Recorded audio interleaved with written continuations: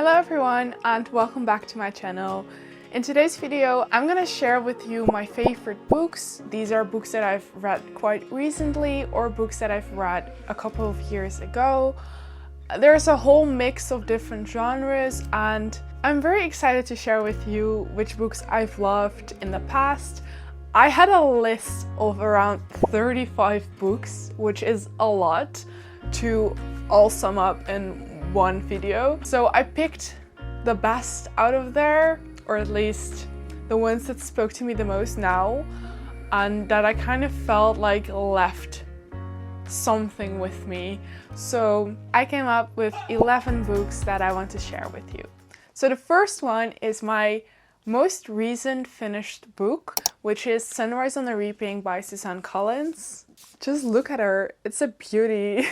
It's a dystopian young adult novel which follows the story of our main protagonist Hiii, and he is one of the unfortunate participants in the 50th annual Hunger Games, and I cannot tell you how much nostalgia I had when I read this book. Like, this was one of my favorite child series, and if you're not familiar with this book, it's one of the prequels to the trilogy of the Hunger Games, which is basically this great fiasco where people from different districts are sent out to the capital and they have to fight till the death until one victor arises, and it's kind of like a revenge on the war that had been brewing in the country. It's just, it's insane. Like, the cruelty of humanity is put on display, and I find it so interesting how Suzanne Collins can just mirror the realities that we have in our world and bring it back into this book. It's insane. And although you kind of know, you know the outcome of this book because you see the results in the trilogy, you don't know what is happening in the story and why Hiii turns out like Hiii. And I feel so bad for him for what he had to go through. Like, the inner monologue of this story is just so good. He goes through all the human emotions you can feel, and it was so relatable, not in the way of like fighting and the cruelty, because I've never experienced something like what he has to go through, but just like all the feels. It was definitely a roller coaster of emotions. But I think that Suzanne did a really good job of describing this dystopian world, which terrifyingly so mirrors our own reality. And I think with everything that's happening nowadays, it's a good mirror of what could come in a way. I don't know. It's just such a good book, and as you can see with all the quotes I marked, I certainly loved it, and I love the way that she uses songs to enhance the story. And I read that those songs are based on poems from famous poets from the past, and some she wrote herself and others were written for the movies. I'm also really looking forward to the movies because if I'm gonna see this, like, I had a picture in my mind because I know, like, I've seen the movies of the Hunger Games, and I have this picture in my mind of like how it would all look like, but seeing that with my own eyes on the screen will be so different, and I'm so looking forward to how they're gonna portray it. But yeah, this is the first book, which, as you can see, I quite love. Even though I've seen some people commenting on it, like it being not the greatest and not being described as the best, it just brought so many nostalgia, and I think that's why it worked for me. Yeah, on to the next one, because otherwise we're gonna be here for hours. So the next one is quite a sad story. I remember reading this the first time, and I think it was like 2 years ago. It felt like it really hit me emotionally. And it's the book Aristotle and Dante Discover the Secrets of the Universe by Benjamin Alira Sanchez. Senes? I'm sorry if I pronounced the name wrong. This is a coming-of-age young adult novel in which Aristotle and Dante are the main protagonists. Ari, or Aristotle, is a very young teen who is very angry, and not necessarily angry at people, but more at the universe, like the world and everything. He just feels like he's not being understood, and he has a lot of anger towards his family because his brother has been imprisoned and they act as if he doesn't exist. There's just a lot of things he doesn't understand, and he feels like nobody's understanding him. He has a certain way of thinking about things. It's very strict and one way. And then in comes Dante, which is a teen as well. And he has a very unique way of looking at the world. He has a very intellectual family, and he has a lot with literature and poetry, and he uses a lot of words that Aristotle doesn't even understand. So he thinks he's just a stuck-up child, but he kind of shows Aristotle that there's more to the world and that there's different things to look at, that there is a different way of treating your family. And even though he doesn't quite figure out how Dante does these things, there is a certain bond developing between these two, and they share hardships but also funny things, and we kind of just follow them on this journey of discovering who they really are. And I think this was one of the first queer stories that I've read about two boys of color. And I think it's such a beautiful and honest story about discovering one's identity and sexuality, especially because these relationships are frowned upon by society in the time that this book takes place, and certainly still now, but I feel like it's kind of different now. I hope so. But it kind of shows them how they struggle with the perceptions of society and who they truly love. And I think it's such an important and intricate development of a human being. So I just thought it was very beautifully written, and although the language is easy because it's for young adults, the prose was just beautiful. It just spoke to me and it made me very emotional to read this. I think this book is very raw and filled with wisdom that any teen would want to know, or any teen would struggle with. It's not only about the romantic relationships, but also the relationships with family and friends. So I really love this one. I also read the second book, which is Aristotle and Dante Dive into the Waters of the World, which was also amazing. I definitely recommend these books. They really stole my heart.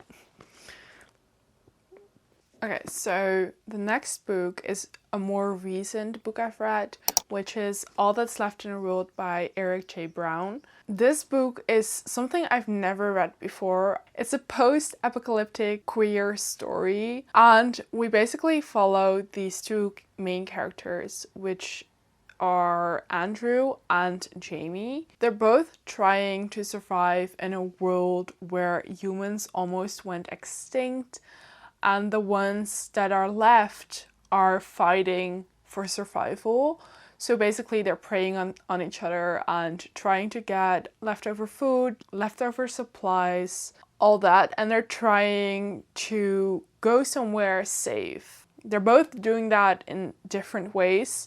So Jamie does this by living in a cabin alone in the woods, and Andrew does this by traveling to a destination that he thinks will save them.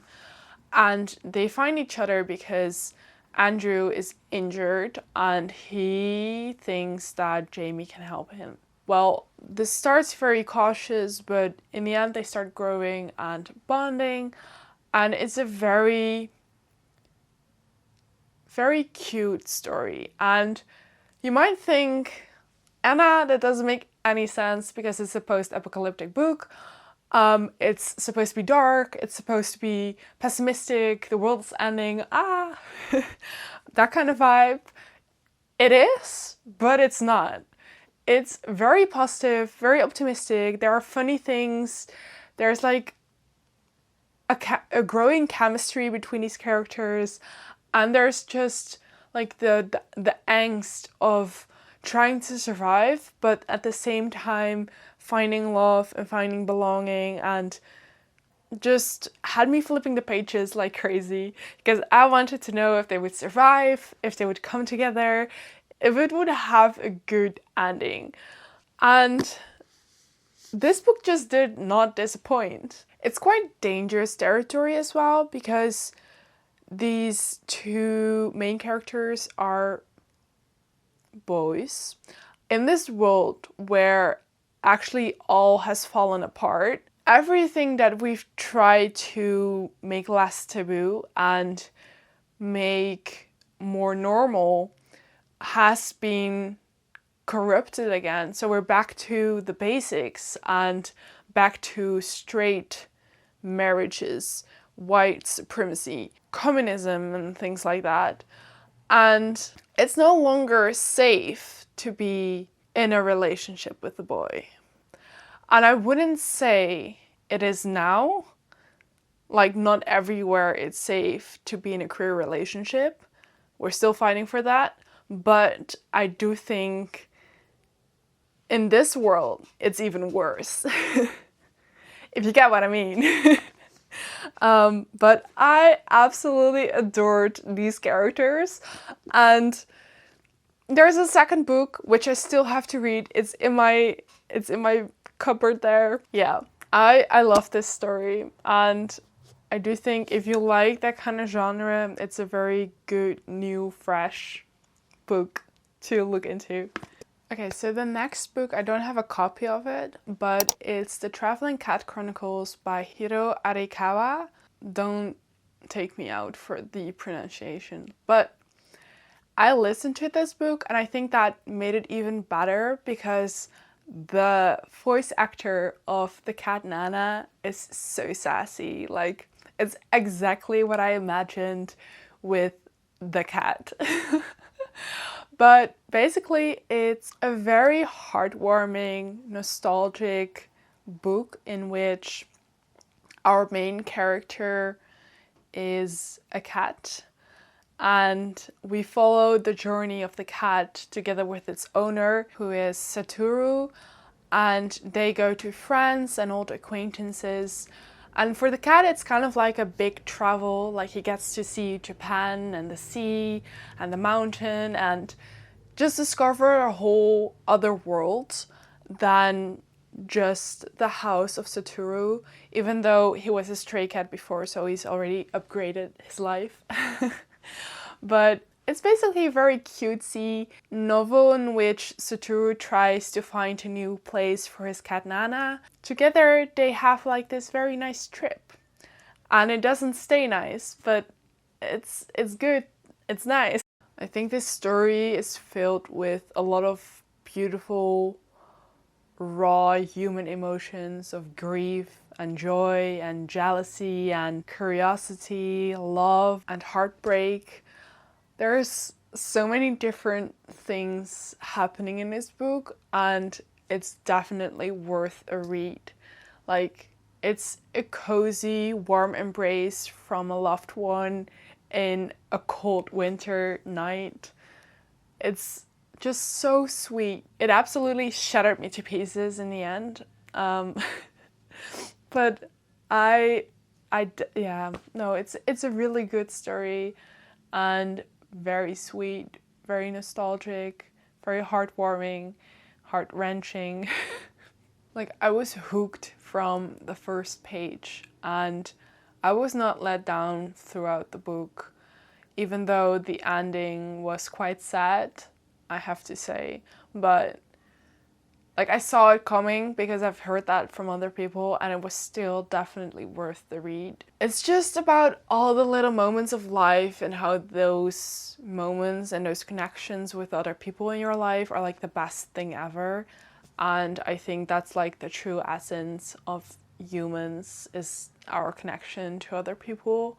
So I kind of felt that through this book, and that's why I loved it so much. I also love the style of his writing with all the symbolism that is mainly centered around Japanese way of looking at the world, which I find very interesting because they have a lot of different cultural values than we have in the Netherlands. And I'm always interested in learning more about Asian countries because they are so different from us, from where I live. Yeah, so I definitely recommend this book.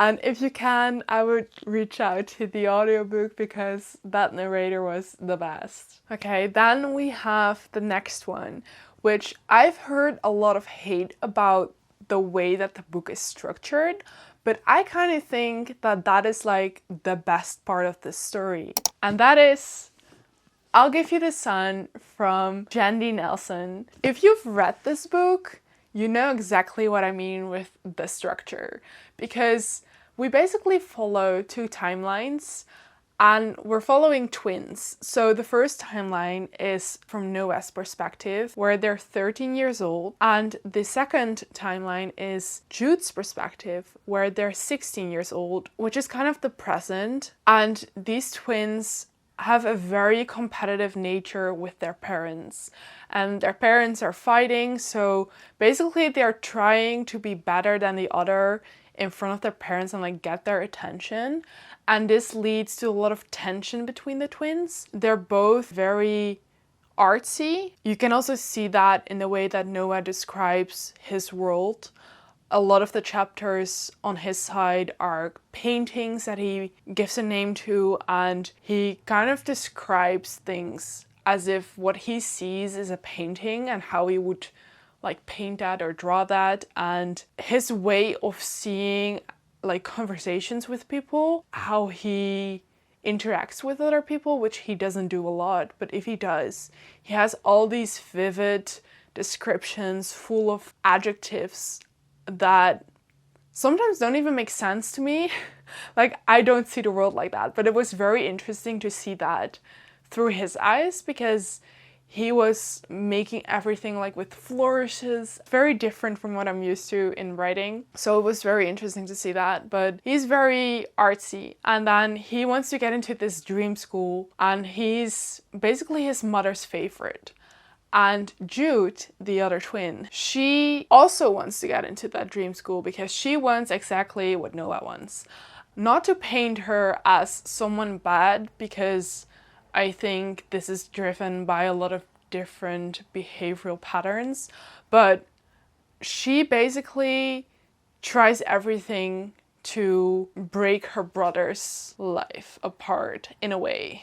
Her brother is kind of nerdy, very different from other people. Most people don't really like him, but then there's this one boy who does like him and where he can be himself, and I think that's beautiful to see. Later on, we go to her timeline and we see that she changed a lot from when they were 13 years old, because there she was wild and she was someone who took a lot of risks with knowing that the consequences would change someone else's life. And then now we go to her timeline where she's 16 and she's talking to the ghost of her grandma.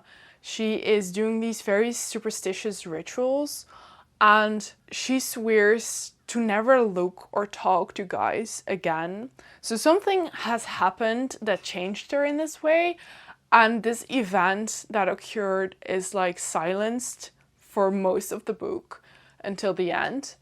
And then you know or like understand why these twins drifted apart in those 3 years. And we see her taking the spot of her brother at the art school, but kind of failing and regretting her decisions. And I think this book is just like a great example of how the bond between parents and things that can happen out of nowhere can completely ruin someone's life and turn it all upside down. I found it a very interesting story because it's quite original. I don't think I read a twins novel before. Yeah, it's just a very interesting way of writing, also with the structure and leaving things out and creating this very big unknown thing that the reader's kind of guessing at what happened. Then we have Yumi and the Nightmare Painter by Brandon Sanderson. Let me tell you, this is, I think, the best fantasy book I've read recently, besides Sunrise on the Reaping, if you can call it fantasy. Yeah, you can call it fantasy as well. But if you've seen my other reading vlog, you know what I think of Yumi and the Nightmare Painter, but this was like my first novel of Brandon Sanderson, and it was so original. Like, I've never seen a magic system like that one. We basically follow the story of two main protagonists living in very different worlds, kind of parallel to each other. So the first protagonist that we have is Painter, also known as Nikado. He lives in a world filled with darkness and built on technology, and there are these nightmares roaming the streets that kind of deprive people of their lives. I'm not sure if they actually die. I think they do. Yeah, they do. Yeah. Doesn't matter. Basically, Painter, or Nikado, is a nightmare painter, and he is one of the people that try to save the civilians of these nightmares. Then we have Yumi, which is a very rare priestess. Then we have Yumi, which is a rare priestess in Torio. And her world is filled with light and heat and nature and spirits. It's like the complete opposite of what Painter has with the darkness and the cold. That stark contrast is so good for the book. But in Torio, the people, or like the inhabitants, survive because of the priestesses. They can summon spirits by stacking stones in a kind of like ritual manner. By summoning these spirits, they can ask them to become a light or become something that these people need. But there's one night where something happens and their lives become intertwined. Yumi becomes disembodied and Painter takes over her body in her world. Then we have Kilahito, which is the city of Painter, where basically Yumi takes the form of the body, but she doesn't take his form. She stays like Yumi, and Painter becomes disembodied, or like a ghost. And so they both have to learn each other's jobs to prevent the people in their worlds of dying, basically. And they kind of fight to save their worlds. But there is like so much more stuff happening, and just the fascination of how the world was built and how the systems work and how they're so different. And I think it's based on a webtoon or anime related series. And it was just so good. Like, I could not get enough of it. I just loved, like, there was a little bit of romance in it as well, but the characters really grow together and they bond really well. They go through all these struggles and like similar emotions, and they really understand each other before they actually start getting romantically involved, if you know what I mean. It's not like boom, bats. They're together now. It's like a steady grow of the characters, and I love that so much more than just like that's it, you know? And I think that if you're kind of new to fantasy, this is a very good book to start with it, because the world building is not too intense and the characters are very relatable. I think Brandon Sanderson is pretty good at that. So definitely a good recommendation. And overall, if you just like a little bit of romance in a fantasy book, go check it out. I love the book, and I think I could go on for hours about how good it is because I thoroughly enjoyed it. But let's get on to the next one. Now, I've got a book that I've read 5 years ago, and quite recently I realized that this book is actually not that good. Or I would say now I wouldn't find it good because I'm an adult, but maybe as a teenager I would have been flabbergasted as I was the first time I read it. Not that I was actually a teenager then, but we'll leave that besides, because this is We Were Liars by E. Lockhart, and I really didn't see it coming. And there are so many people that say that obviously you saw it coming. I didn't. Maybe I'm very oblivious to these things. I feel like I cannot really solve mysteries or thrillers that well, and this is like a combination. But I actually really enjoyed this book. Not necessarily because it was heartwarming or because I loved the way it was written, because that was odd. It has unfinished sentences, just things that do not make sense, like very strange descriptions of things. And I'm just like, does she even understand what is happening around her? The character is very unreliable. Like, honestly, where do I begin? This book is nothing like I expected it to be. And when I came to the end, I was like, I need to read this book all over again because now I finally understand what was happening. And I think I read this one evening, so I finished it in one go. I recommended it to a friend and she was very excited to start reading it. And then she finished it and she was like, Anna, why did you tell me to read this? That was insane. But I kind of enjoyed the tragedy unfolding, and it's quite thin, so you can get through it pretty fast. I do think if I would have to read it now, I wouldn't find it as good, but I do think it's one of my favorite books because it changed my mind about thrillers. Ooh, and then we have one of my all-time favorites. Like, if I would have to rank these books, I think this one is like in the top 3, maybe 4. But it's the book The 7-Year Slip by Ashley Poston. And I don't have the copy. I have the image. But this book is just phenomenal. The way it's written, the prose, the words were just flying off the pages. They were so beautiful. It made me cry, it made me laugh, it made me smile, it made me feel all the emotions just because of how well it was written. It was not too flowery, it was not too rushed, it was not, like, it was just perfect. And I don't have that with a lot of books.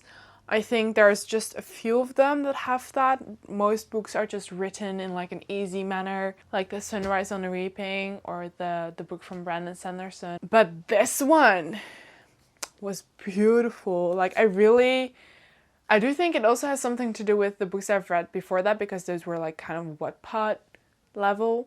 But this one was like, it skyrocketed, you know?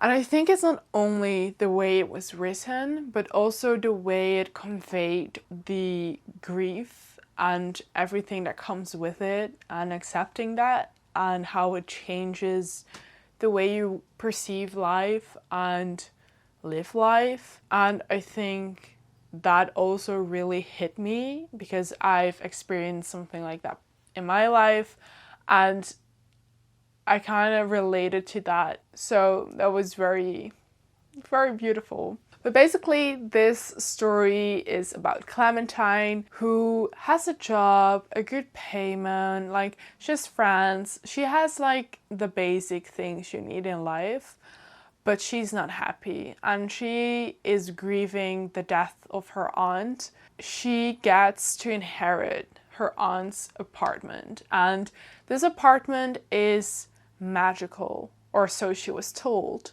by her aunt, because the apartment travels back in time when you need it the most. It does so exactly to 7 years ago. So Clementine goes to this place and she is thrown back to 7 years ago and finds a strange man in her kitchen. And this is like the start of their story and how she sometimes goes back in time and meets this person, and it kind of fall for each other, but it's the trope of right person, wrong time, but it's like the perfect trope for this book. They both help each other fill the puzzle pieces that did not fit in their lives and realize what they actually want and need. Basically change their whole lives for each other, which I think is in most books, romance books. But I kind of loved this one, like the characters and the way it was written, how the emotions were portrayed. There were moments in which I really thought it was not gonna go well. I don't want to spoil too much, but I absolutely would recommend this book. If you love a little bit of romance, but a very good way of bonding, like the one with the Yumi and the Nightmare Painter, but you also need reality because this is more like magic realism, then this is a very good book for you. Trust me, it's very good. On to a very different book than all the other ones that I've recommended so far. This is the Dutch version, but it says The Boy, the Mole, the Fox and the Horse from Charlie Macquarie. Is that an R? Or is it an S? Macasey. It's Macasey. It's The Boy, the Mole, the Fox and the Horse from Charlie Macasey. I think this is just something that everyone needs to hear at some point of their life. Like, it doesn't matter that it's a children's book. It's something that I think everyone would struggle with in life at some point, and maybe needs a little reminder that everything will be alright, or that certain things will work out in certain ways. What I love about this book is just the illustrations. I got it gifted from my dad, which is so sweet, and I love him for that. But there's not really a general storyline. I feel like it's more a collection of quotes. They were strewn together as a story, but it doesn't really flow that well for me. But I still love it nonetheless, because I do think it has a lot of wise words about how to be kind, how to be compassionate, how to know when to support other people and when to share your fears with others, that it's okay to feel alone, to struggle a bit, and that life has ups and downs and things like that. I do think it's a very beautiful book, but I do think it could have been better if it had like a very great line through it. Now comes a very, very unusual book, and if you've read any of her books before, then you know what I mean. This is The Secret Service of Tea and Treason by India Holton. India Holton, you are my favorite author. The things you come up with is insane. This is, I think, the most unserious book I've ever read in my life, while still having very complex characters, very good prose with a lot of English words I've never seen in another book before. The constant like playfulness with words and how you have them in like a certain theme and string them together. I'm just like flabbergasted at how you do that. This is like insane. But this book is like the most unserious because I've laughed my ass off so many times.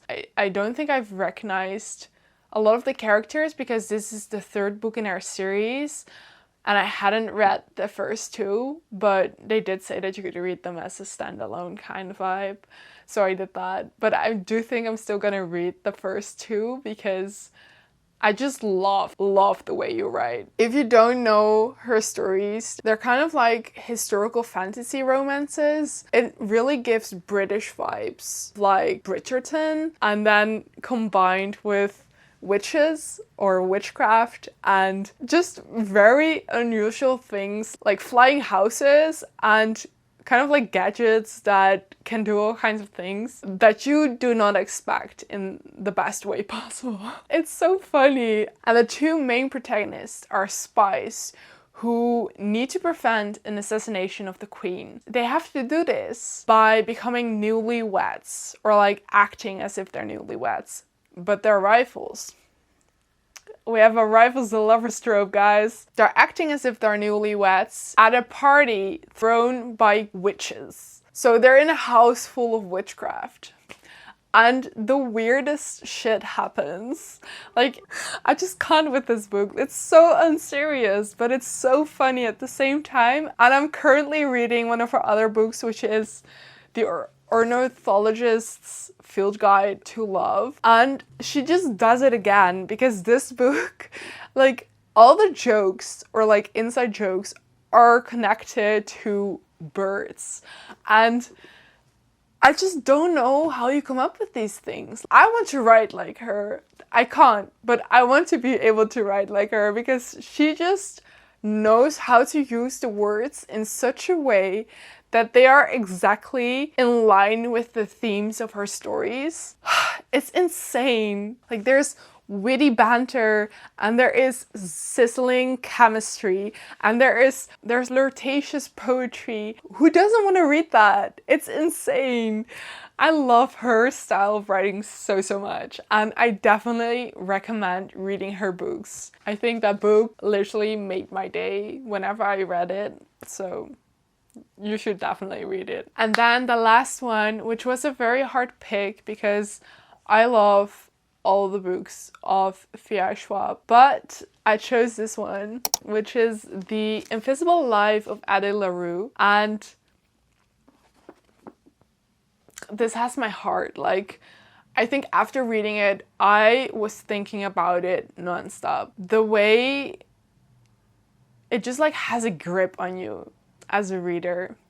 If you know, you know. But this is a historical fiction in which we follow Addie LaRue, and she basically tries to escape the doomed fate that she has by bargaining with the devil. He kind of plays with her. There's like this very competitive thing going between them in which he tries to best her in everything that she does so that he can have her all for himself. And she is like, no, I'm my own woman. I want my life to be mine and no one else's. So she goes against him in every way that she can. But by bargaining with him for an eternal life to show him that, she gives up something really important. Something that every human wants to have, and that's remembrance.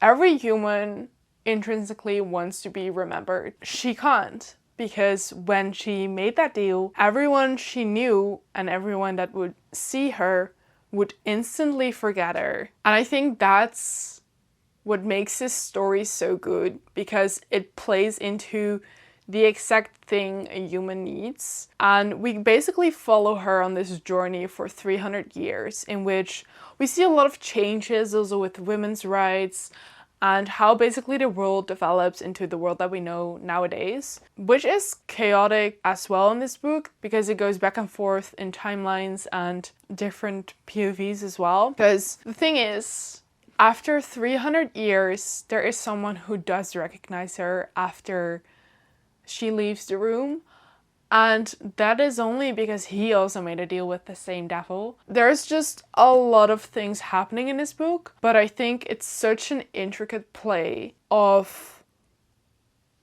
different dynamics between the characters and different wants and needs. It's just also a roller coaster of emotions. And the ending is so satisfying. Like, I loved it. I love this book, and I think it's definitely one of her best works. Although, like, the whole Shades of Magic series also has my heart. So if you ever want to read one of her books, this is like a very interesting one. I think it also took her like a decade to write this, which feels insane, but at the same time I completely understand if you know what is in this book and how much work it costs to write something like this. That's insane. But yeah, that's the last book on the list. Let me know if you've read any of these books and if you thought about them differently, because I'm sure you do. There's like so many ways a person can connect to a book and so many different ways in which we relate to it or do not relate to it, depending on what we've been through in our lives. And I'm very curious if any of your favorite books were in there, or if you feel like these were like the worst ones ever, and I have very bad taste. But let me know in the comments, and if you may have a different favorite book or a different favorite author, I would like to know. I love reading new books, so I will see you in the next time. Bye!